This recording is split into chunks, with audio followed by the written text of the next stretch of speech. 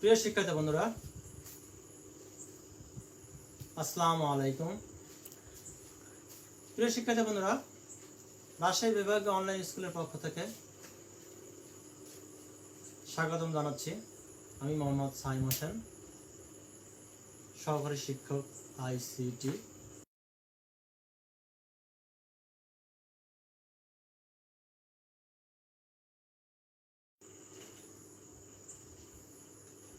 প্রিয় শিক্ষার্থী বন্ধুরা, আসসালামু আলাইকুম। প্রিয় শিক্ষার্থী বন্ধুরা, রাজশাহী বিভাগীয় অনলাইন স্কুলের পক্ষ থেকে স্বাগতম জানাচ্ছি। আমি মোহাম্মদ সাইম হোসেন, সহকারী শিক্ষক ICT, প্রতাপ মহিউদ্দিন মেমোরিয়াল উচ্চ বিদ্যালয়, উল্লাপাড়া, সিরাজগঞ্জ। প্রিয় শিক্ষার্থী বন্ধুরা, আমি নবম ও দশম শ্রেণী বাংলাদেশ বিশ্ব পরিচয়ের ৬ষ্ঠ অধ্যায় নিয়ে আলোচনা করব তোমাদের মাঝে। অবশ্যই তোমরা খাতা কলম বই সঙ্গে নিয়ে আসো। তো প্রিয় শিক্ষার্থী বন্ধুরা, বোর্ডের দিকে খেয়াল করো। আমরা একটা মানচিত্র দেখতে পাচ্ছি। মানচিত্র হচ্ছে বাংলাদেশের একটি মানচিত্র। তো বলতে পারো বাংলাদেশ কি বলা হয়? এই তো ঠিকই বলেছ, রাষ্ট্র।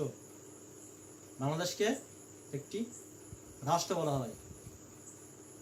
সে কিন্তু একটি নির্দিষ্ট ভূখণ্ডের মধ্যে রয়ে গেছে, একটা পাঁচারির মধ্যে রয়ে গেছে। পাঁচারির মধ্যে আবদ্ধ থেকে কিন্তু একটা বাংলা নির্দিষ্ট ভূখণ্ডে আবদ্ধ হয়ে রাষ্ট্রে পরিণত হয়েছে। আর রাষ্ট্রে কিন্তু আমরা নাগরিক।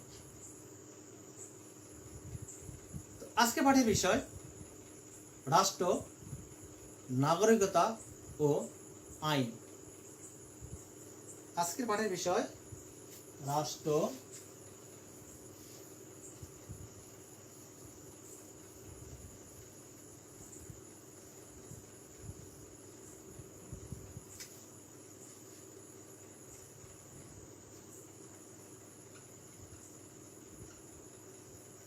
রাষ্ট্র,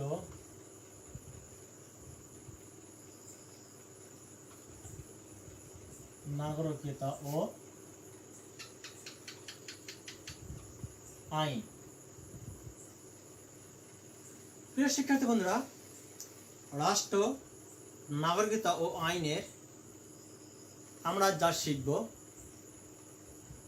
আইনের ধারণা ব্যাখ্যা করতে পারবো।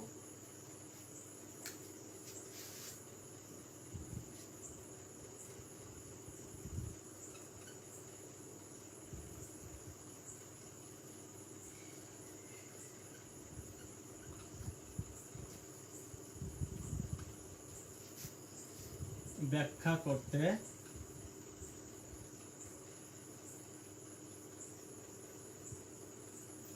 পারবো। 2 নম্বরে আইনের উৎস,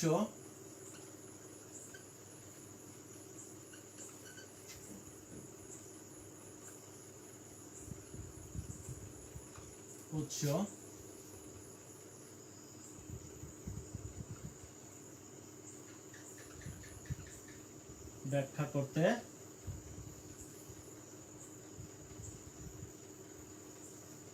পারবো।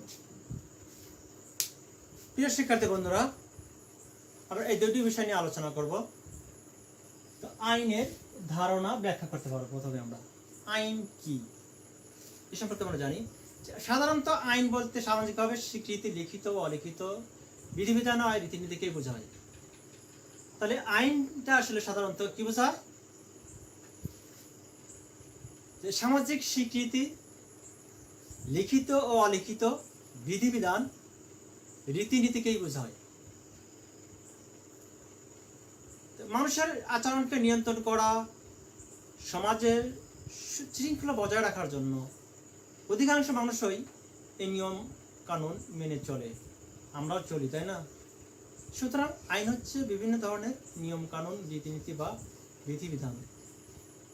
প্রিয় শিক্ষার্থী বন্ধুরা, আমরাও কিন্তু বিদ্যালয় পরিচালনা করার ক্ষেত্রে আমরা বিভিন্ন প্রকার কিন্তু আইন প্রয়োগ করে থাকি। যেমন বিদ্যালয়ে 10টার মধ্যে আসতে হবে, অ্যাসেম্বলিতে অংশগ্রহণ করতে হবে, বিদ্যালয়ে আসতে হলে ইউনিফর্ম পরে আসতে হবে। এটা কিন্তু একটা আইন, তাই না? এই অর্থে আইন মূলত দুই ধরনের হয়ে থাকে, সামাজিক আইন আর একটা হচ্ছে রাষ্ট্রীয় আইন। প্রিয় শিক্ষার্থী বন্ধুরা, আইন আমাদের দুই ধরনের হতে পারে, একটা সামাজিক আইন এবং একটা রাষ্ট্রীয় আইন। সামাজিক জীবনে যে সকল বিধিবিধান বা রীতিনীতি মানুষ মেনে চলে তা হচ্ছে সামাজিক আইন। প্রিয় শিক্ষার্থী বন্ধুরা, আমরা সবাই কিন্তু ইউনিফর্ম পরে আমরা স্কুলে যাই। বিভিন্ন বিদ্যালয়ের বিভিন্ন রকম কিন্তু ইউনিফর্ম, এটা একটা সামাজিক আইন।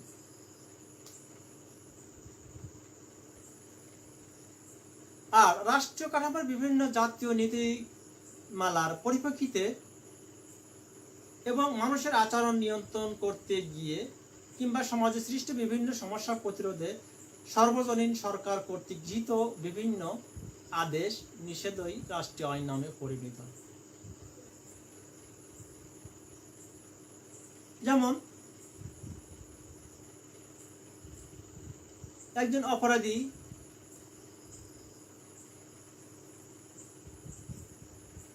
সে খুনি হতে পারে, সে মদখোর হতে পারে, সেটা কিন্তু একটা রাষ্ট্রীয় আইন অনুসারে তার সাজা হতে পারে। তার আইনে দুই ধরনের, একটা হচ্ছে সামাজিক আইন এবং একটা রাষ্ট্রীয় আইন। প্রিয় শিক্ষার্থী বন্ধুরা, এই আইনের বিভিন্ন বিজ্ঞানী বিভিন্ন উপায়ে বিভিন্নভাবে মত পোষণ করেছেন। টি.এইচ.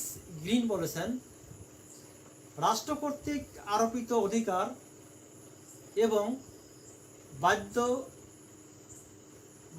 সমূহ হচ্ছে আইন। রাষ্ট্র কর্তৃক আরোপিত অধিকার এবং বাধ্যবাধকতা সমূহই হচ্ছে আইন। অধ্যাপক হল্যান্ডের মতে আইন হচ্ছে মানুষের বাহ্যিক আচরণ নিয়ন্ত্রণের কতগুলো সাধারণ নিয়ম বা সার্বভৌম রাজনৈতিক শক্তি কর্তৃক প্রণীত হয়। আইনের একটি উৎকৃষ্ট সংজ্ঞা প্রদান করেছেন উড্রো উইলসন। তিনি বলেছেন কি? তিনি বলেছেন, আইন হলো সমাজের সেই সকল প্রতিষ্ঠিত প্রথা,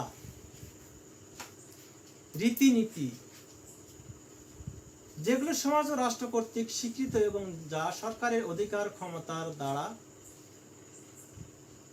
বলবৎ করা হয়, সেটি হচ্ছে আইন। প্রিয় শিক্ষার্থী বন্ধুরা, আইনের ধারণা আমরা জানলাম। আইনের কিছু বৈশিষ্ট্য রয়ে গেছে, তো চলো এবার আইনের বৈশিষ্ট্যগুলো আমরা একটু লিখে নেই। অবশ্যই খাতা কলম তোমাদের পাশে আছে। আইনের বৈশিষ্ট্যগুলো কি?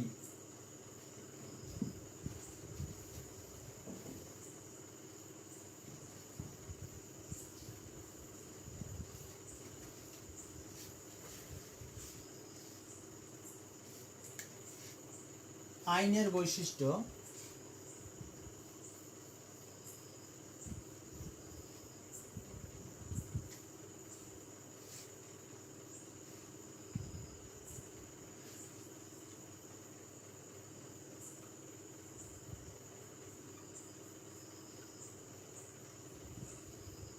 আইনের বৈশিষ্ট্য 1 নম্বরে, আইন মানুষের বাহ্যিক আচরণ এবং ক্রিয়াকলাপকে নিয়ন্ত্রণ করে। আইন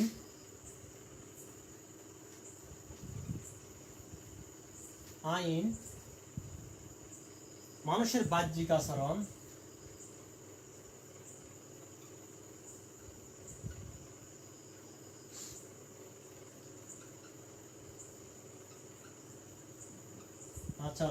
ও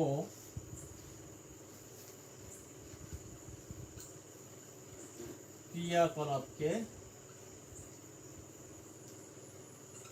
নিয়ন্ত্রণ করে। 2, আইন হচ্ছে সার্বজনীন, সবার জন্য সমান, তা সমভাবে রাষ্ট্রীয় সকলের জন্য প্রযোজ্য হয়। আইন হচ্ছে সার্বজনীন।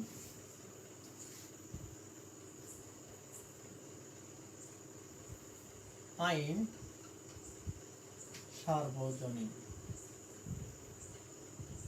সার্বজনীন।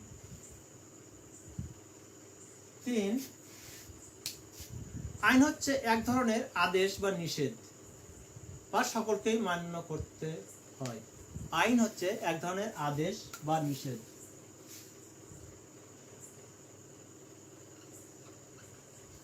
আইন এক ধরনের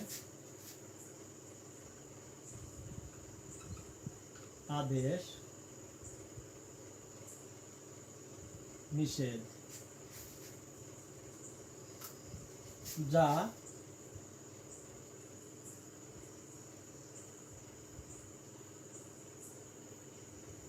সকলকে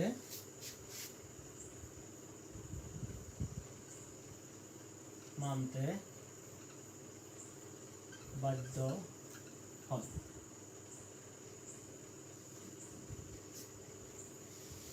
আইন রাষ্ট্রীয় কর্তৃত্বমূলক কর্তৃপক্ষ হতে স্বীকৃত।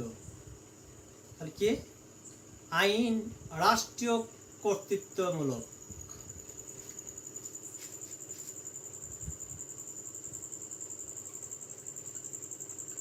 আইন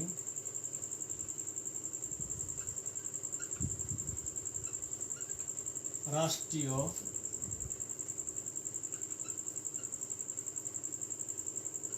কর্তৃত্বমূলক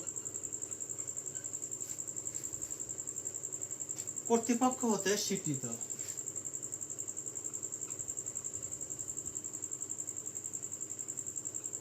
পক্ষ হতে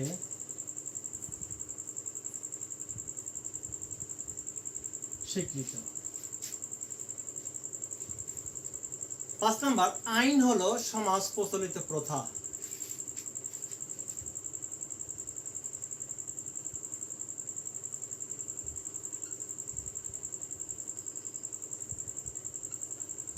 হলো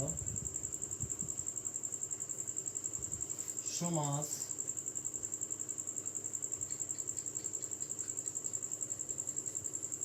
প্রচলিত প্রথা। অবশ্যই প্রিয় শিক্ষার্থী বন্ধুরা, অবশ্যই তোমরা আইনের বৈশিষ্ট্যগুলো রেখেছ। আইন মানুষের বাহ্যিক আচরণ ও ক্রিয়াকলাপকে নিয়ন্ত্রণ করে। আইন সার্বজনীন, সকলের জন্য প্রযোজ্য। আইন এক ধরনের আদেশ নিষেধ যা সকলের জন্য মানতে বাধ্য হয়। আইন রাষ্ট্রীয় কর্তৃত্বমূলক কর্তৃপক্ষকে স্বীকৃত, কর্তৃপক্ষ হতে স্বীকৃত। আইন হলো সমাজ প্রচলিত প্রথা। এই আইনের বৈশিষ্ট্য আমরা 5টা জানলাম। এবার আইনের উৎস সম্পর্কে আমরা ব্যাখ্যা করতে পারবো। আইনের উৎস হলো কি কি? অবশ্যই তোমরা লিখে নিয়েছ।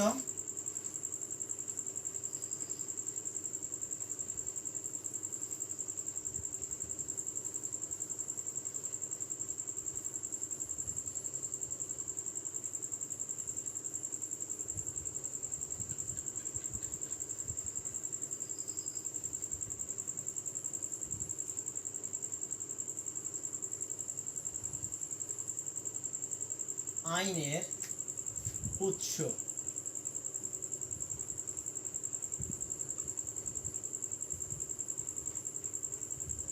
1 নম্বরে আইনের উৎস প্রথা। 2 নম্বর ধর্ম। 3 নম্বর বিচার সংক্রান্ত রায়। বিচার সংক্রান্ত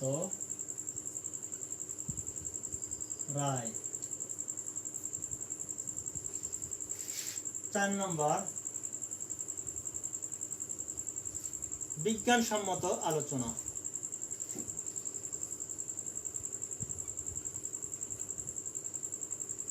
বিজ্ঞানসম্মত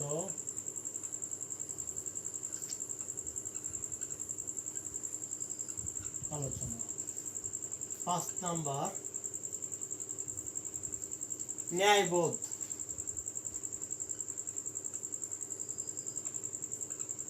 ন্যায়বোধ। 6 নাম্বার আইনসভা।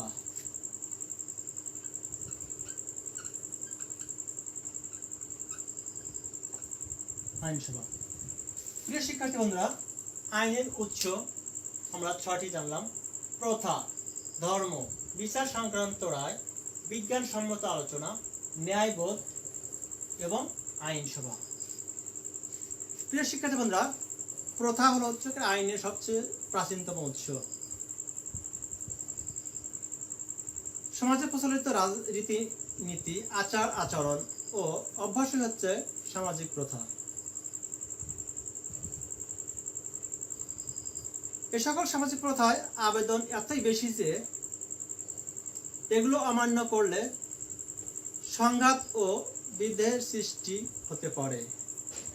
প্রিয় শিক্ষার্থী বন্ধুরা, ব্রিটেনের অধিকাংশ আইনই কিন্তু প্রথা থেকে এসেছে।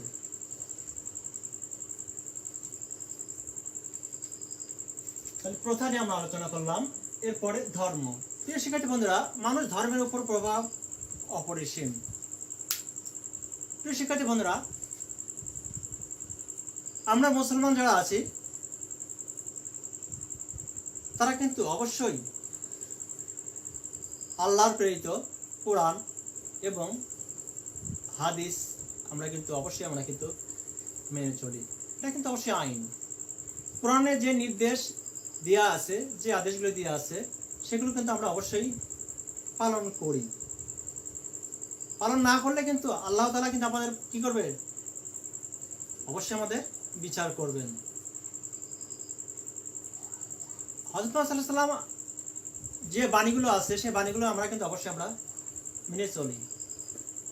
না করলে কি হবে? আমাদের গুনাহ কাজ হবে।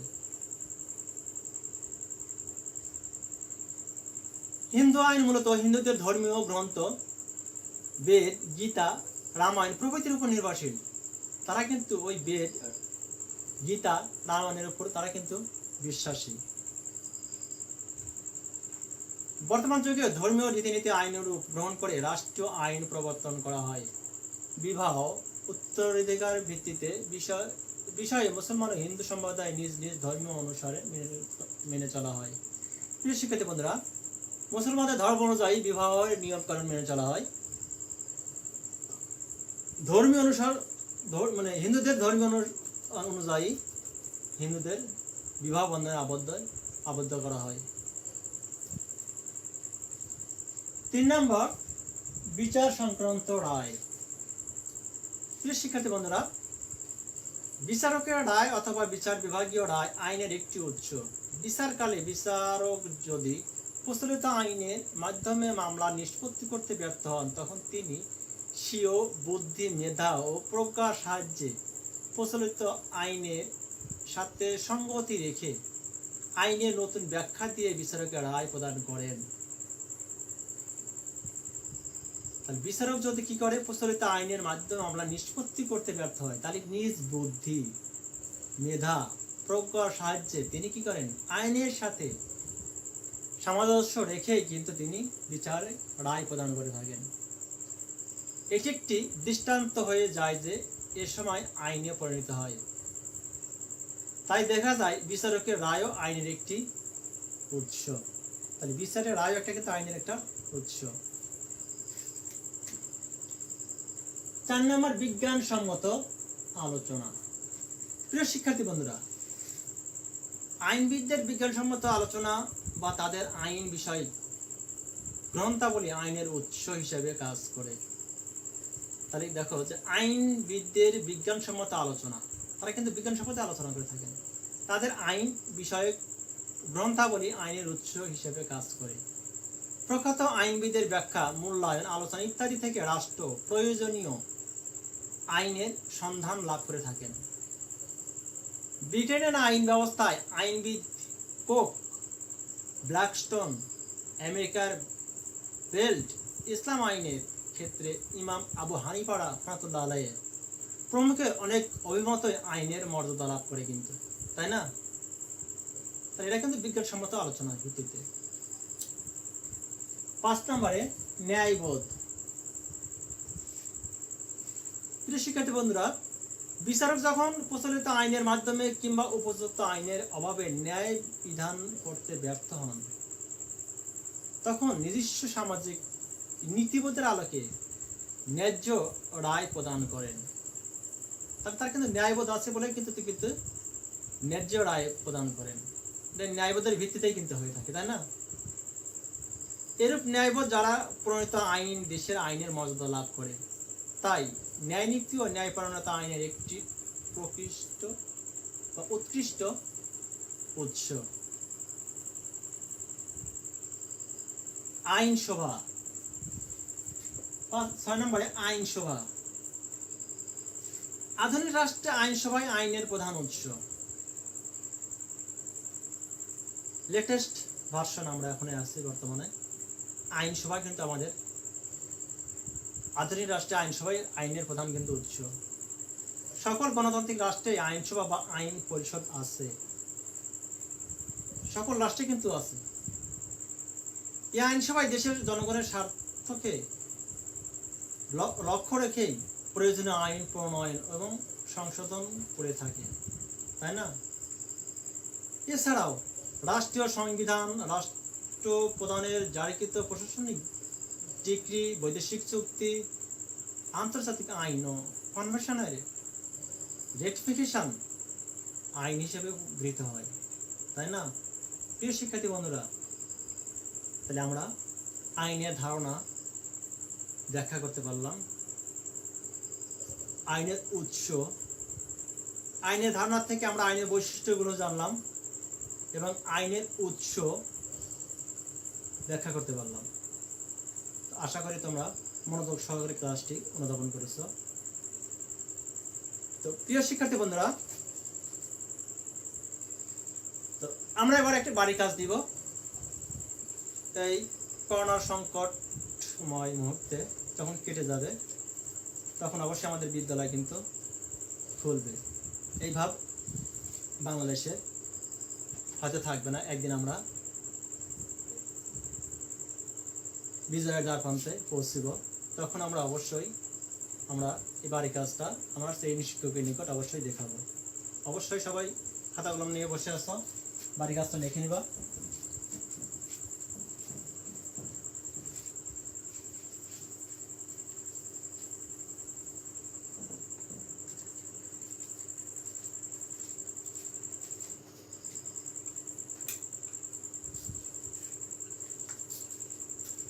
বাড়ি কাজ।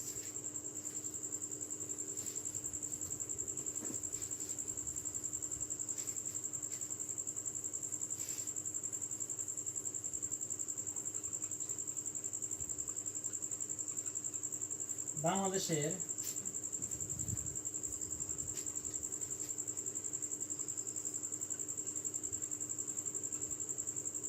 আইনের শাসন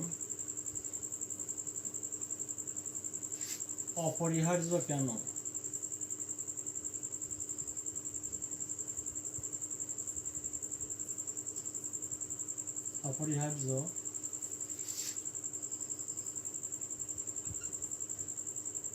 অপরিহার্য কেন?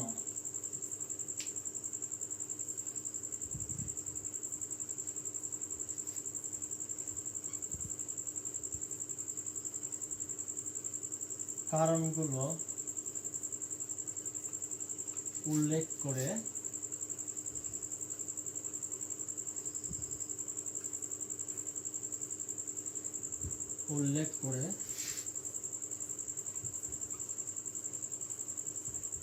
তোমার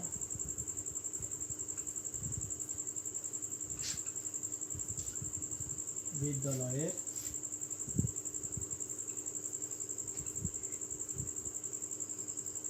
শ্রেণী শিক্ষকের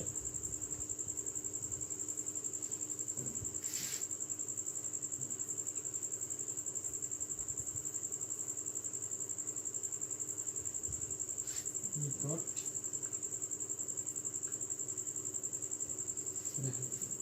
প্রিয় শিক্ষার্থী বন্ধুরা, বাড়ি কাজটা অবশ্যই তোমরা লিখে নেবে। কারণ এই কাজগুলো কিন্তু ধারাবাহিক মূল্যায়ন হিসাবে তোমাদের মূল্যায়ন করা হবে। তো অবশ্যই তোমরা বাড়ির কাজটা লিখে নেবে।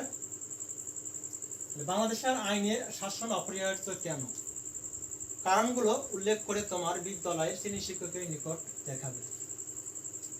অবশ্যই তোমরা লিখে নিয়েছো। প্রিয় শিক্ষার্থী বন্ধুরা,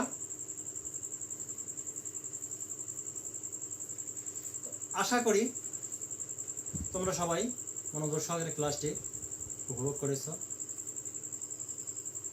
তো পরবর্তীতে আবার দেখা হবে। করোনার এই সংকটময় মুহূর্তে অবশ্যই ঘরে থাকবে। প্রয়োজনে বাইরে বের হলে অবশ্যই মাস্ক ব্যবহার করবে।